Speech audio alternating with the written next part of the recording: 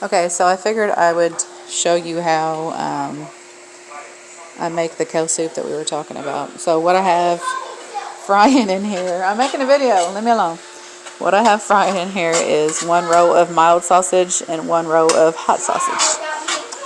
We're going to fry this up real good and then chop it real nice and small so it goes, hi,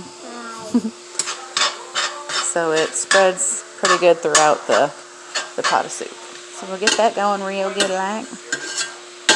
What's that? And we're going to put some water in here to boil. Fill this up all the way. I want a donut. And when I make it, I usually stuff the pot so much that I honestly probably need to make it in 2 pots. So I'm going to do that this time. So I'm going to fill this one up pretty much almost all the way. About that far from the top. And we're going to fill this one up about the same amount over here.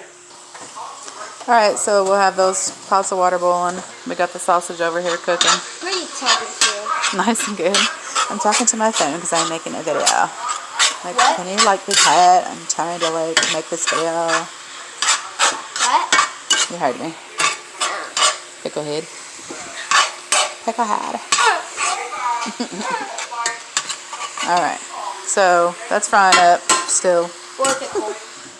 Then, so here is the kale. Before I do anything with it. It's pretty sturdy. It's a hardy leafy green. Really good for you. But, so, that's what it looks like before I do it. Then, I chop it all up in pieces. About yay so big. That one bunch like this looks like this over half of a sink. And this looks like a lot. I'm thinking, oh my gosh, it's going to be all kale in that soup. But no, it cooks down and sometimes I even end up still wanting more. But I got the potatoes too because it has the sausage, potato, and kale. So I have some potatoes. And I chopped them up to about, I don't know, about a 1/4 size cube. Or I'm sorry, inch size cube maybe. Maybe 3/4 inch cubes. So we'll cut all these potatoes. This is a whole bag, 5-pound bag. That's why I have 2 pots. But I'll be back. So the meat's coming along good. This is what it should look like. And it could even honestly stand to some pieces that would be a little bit smaller, but this will work.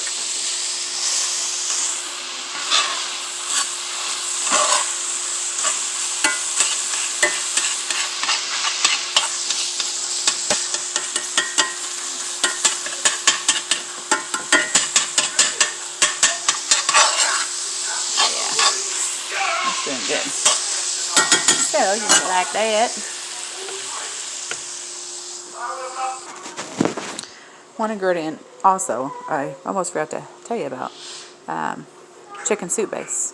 The powdered chicken soup base. It's like the powdered bouillon pretty much, but like 10 times better. It's really good. You can get, there's lots of different brands. I got this somewhere out of town. But I don't remember what the usual one's called that I get, but you can get it at Schnucks. Most grocery stores have it. But I'm going to put 1 tablespoon in each of these pots.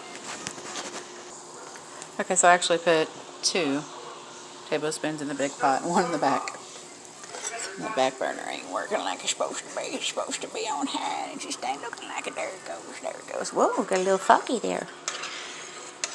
But yeah, stir all that bouillon in. You'll see it's looking yellowish. It looks like we're boiling some pea.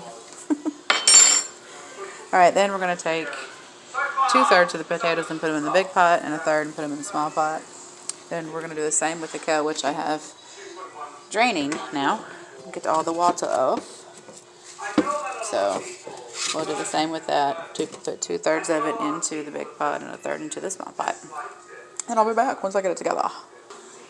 Now we have the potatoes in.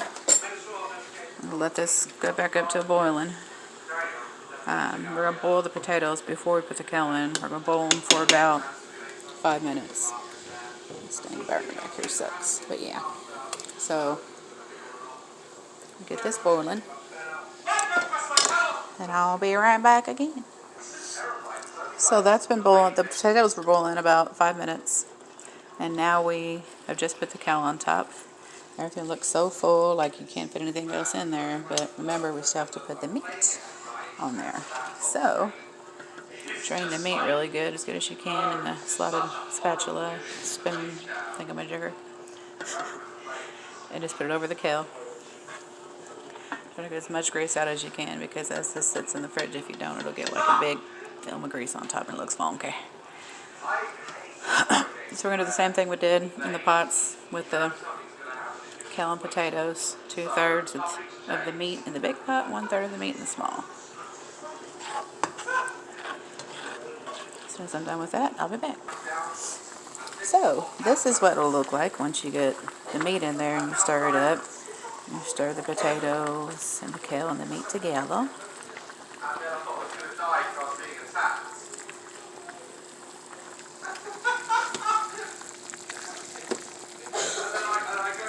And we're going to boil it until the potatoes are tender and the kale's withered. More than it already is. Okay.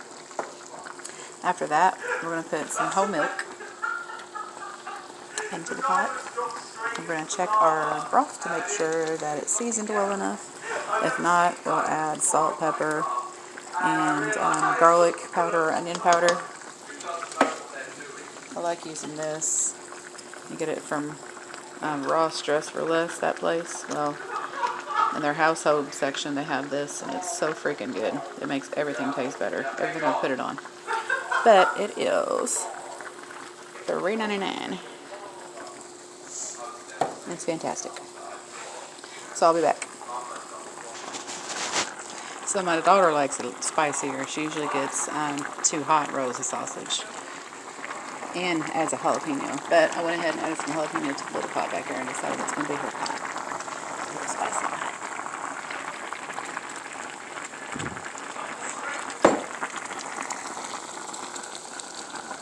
It's about time to put the milk in.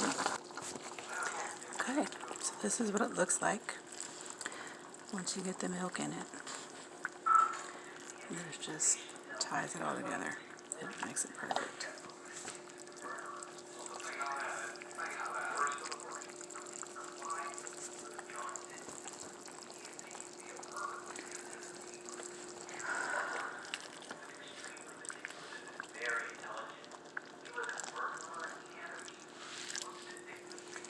Spicy pot. See that yellowish on top? I should have got more of the fat off of the sausage before I put it in there. But we'll be able to scoop all that off.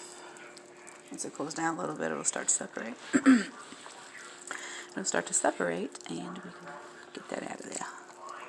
But yes, this is the fantastic Zuppa Toscana sausage, potato, and kale soup.